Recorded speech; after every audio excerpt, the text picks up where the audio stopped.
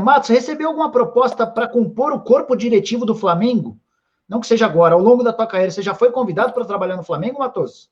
Uma vez sim, fui convidado. Naquele momento eu já tinha um compromisso, não sou pessoa de um profissional que rompe seus compromissos. Diz na época o presidente do Flamengo que não faria com ele também isso, e naquele momento não foi possível. Quem sabe aí um dia a gente possa ter essa felicidade. Que ano foi, Matos? Foi no final de 2014, outubro de 2014, por aí. Tá.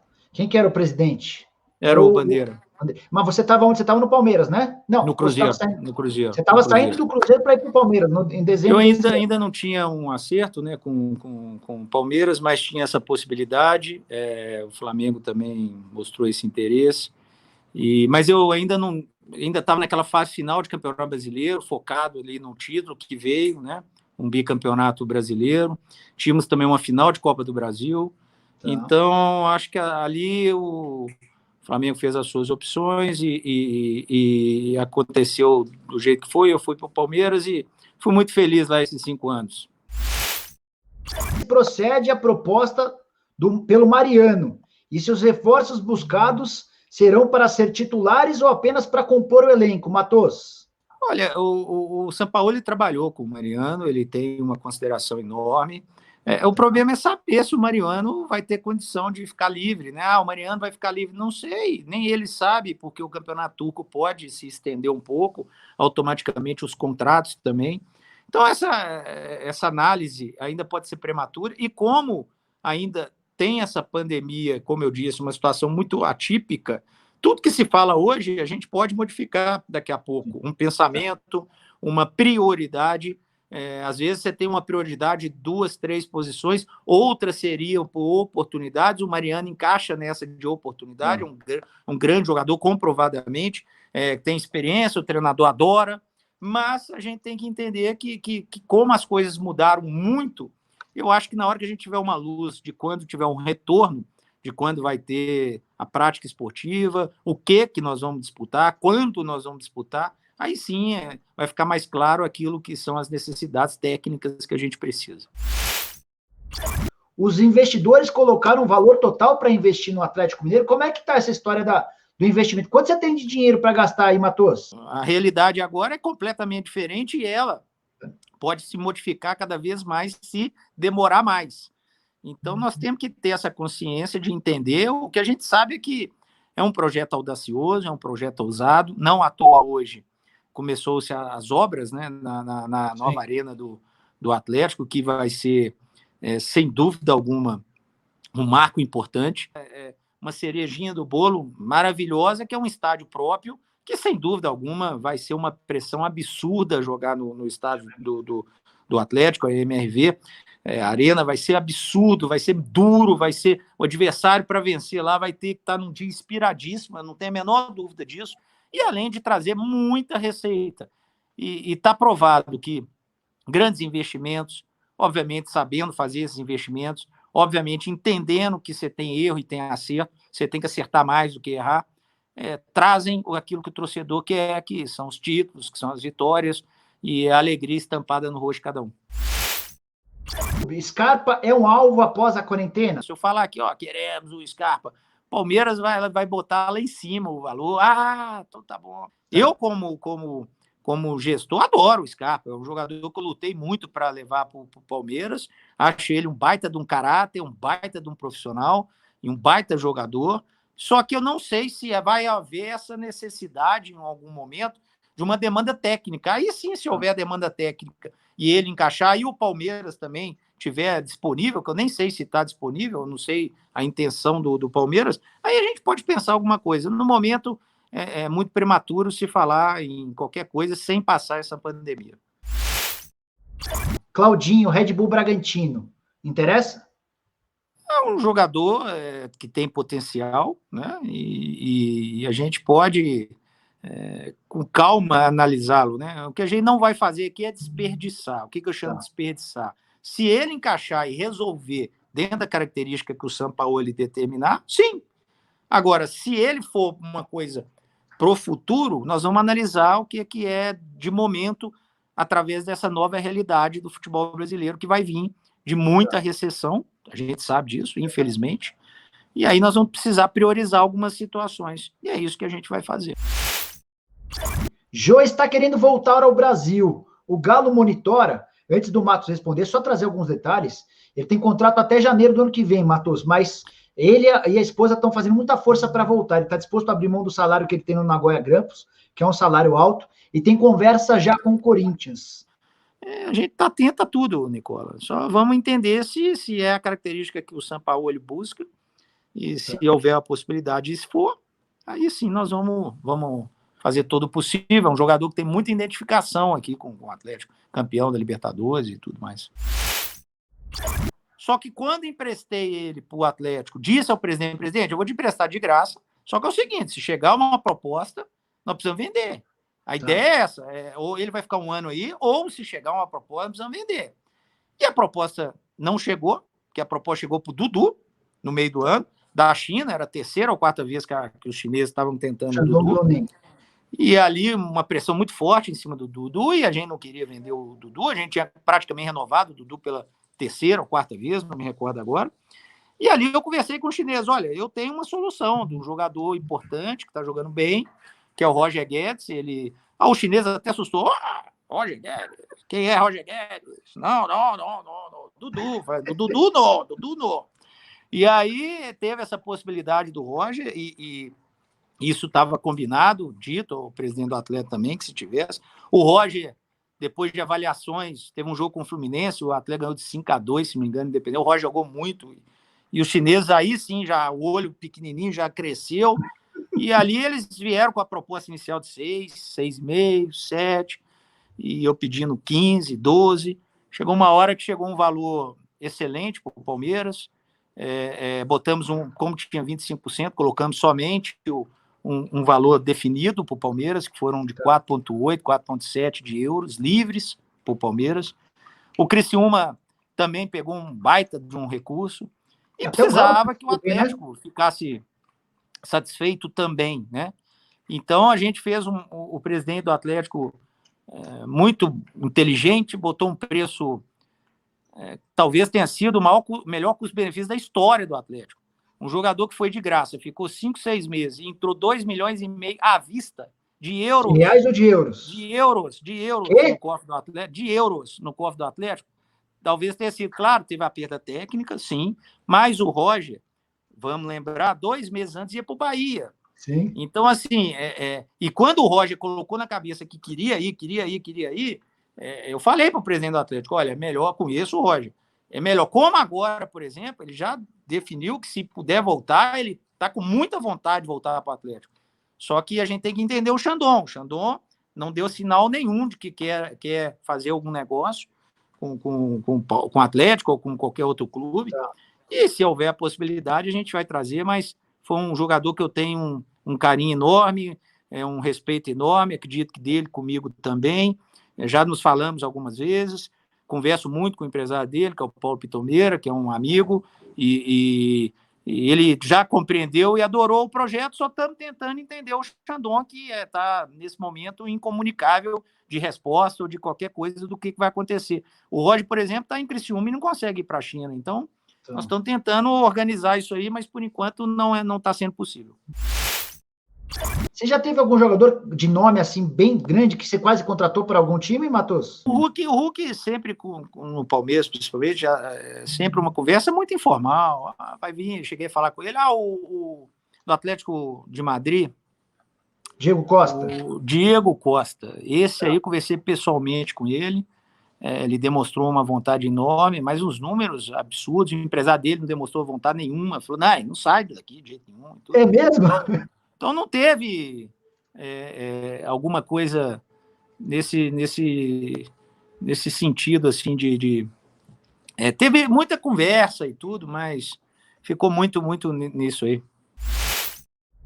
A possibilidade de não renovar contrato com o São Vitor. O contrato termina em dezembro, vocês contrataram o Rafael, e há quem especule que vocês estão atrás do Felipe Alves, né?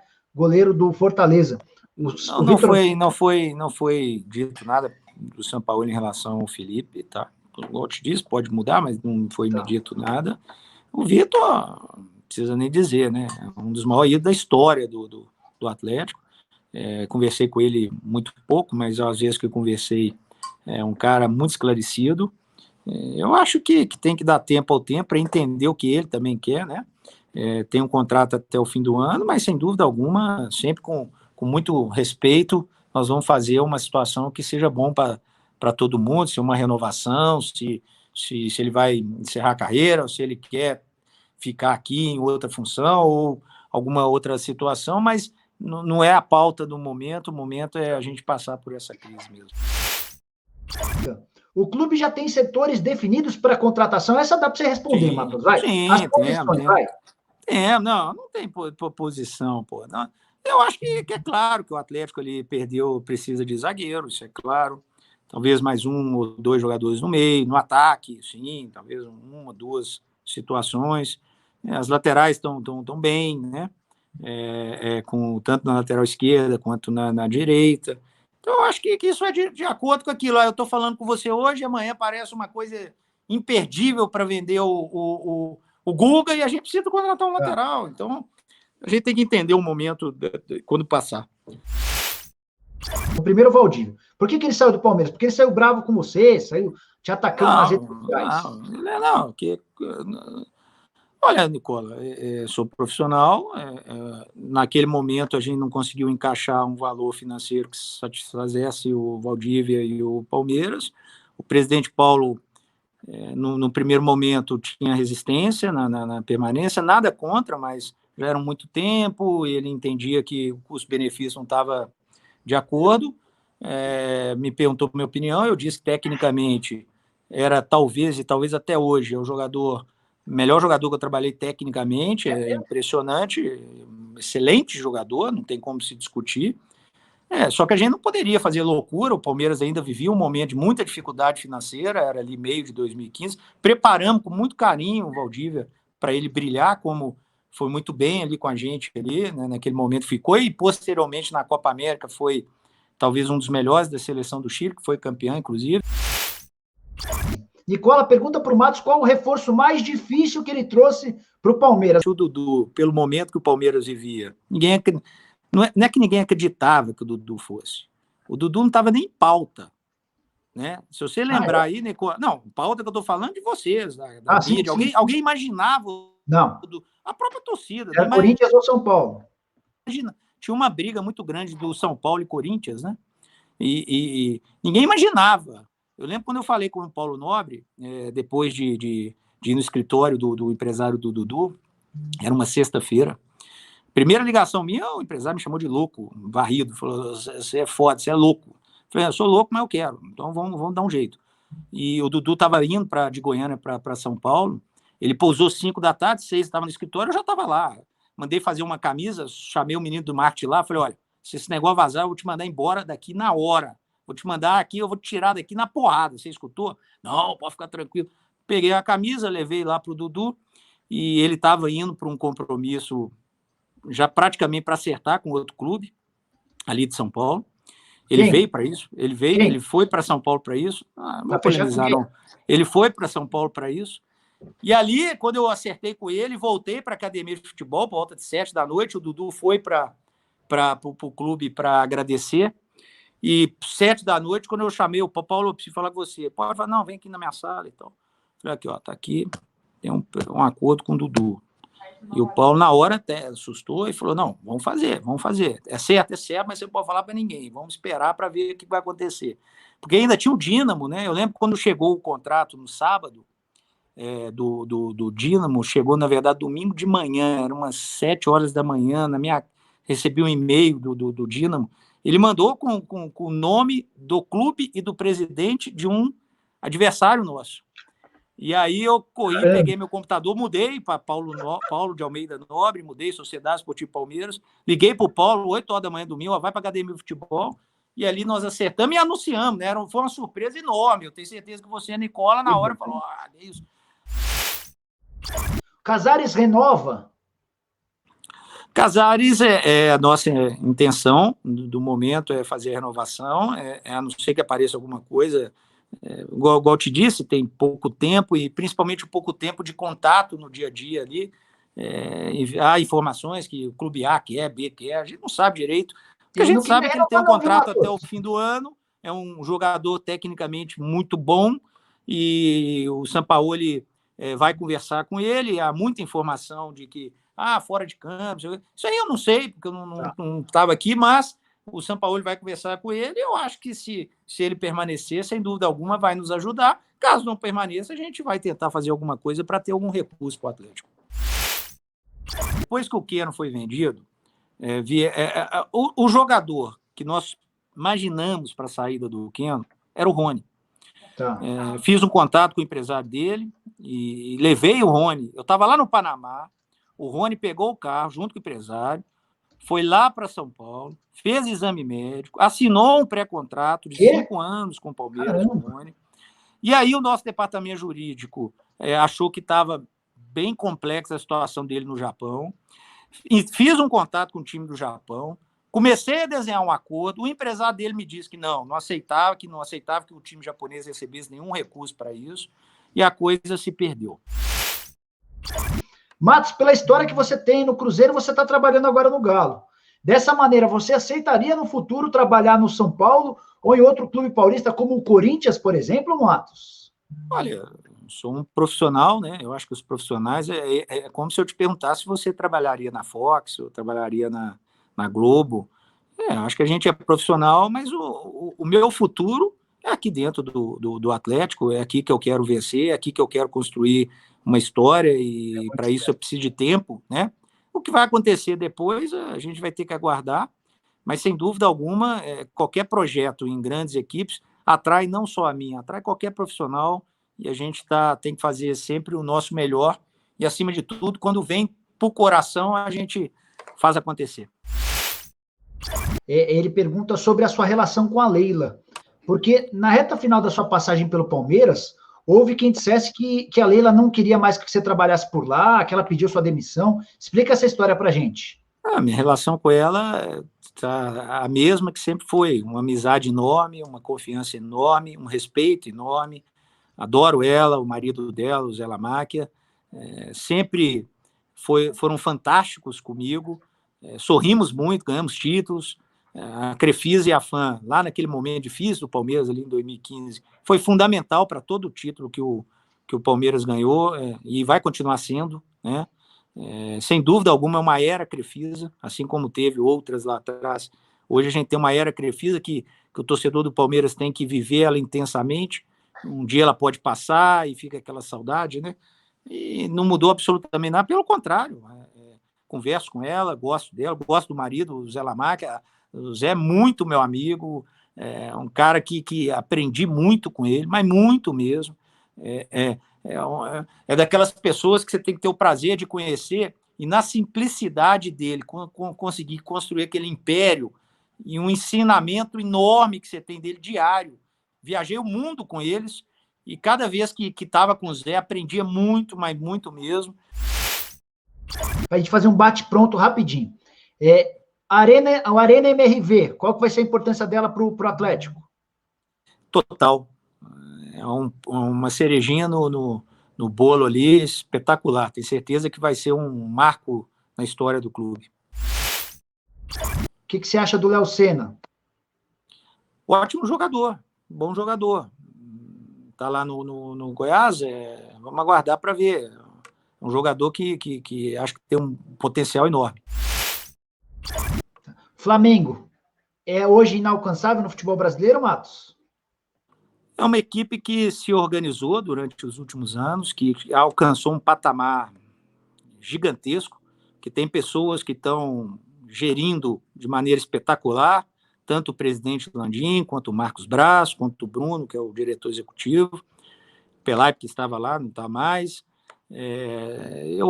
o diretor financeiro também, muito bom. Eu acho que é um clube que se organizou para fazer grandes conquistas e vamos esperar para ver como é que vai ficar depois da pandemia também. É um time realmente a ser batido, um time provavelmente ainda vai conseguir conquistar muito. E igual o Palmeiras, né? O Palmeiras conseguiu a hegemonia do futebol do Campeonato Brasileiro dos últimos 4 anos, com 2 títulos, um terceiro e um vice. Então, são momentos. O Flamengo está no momento dele.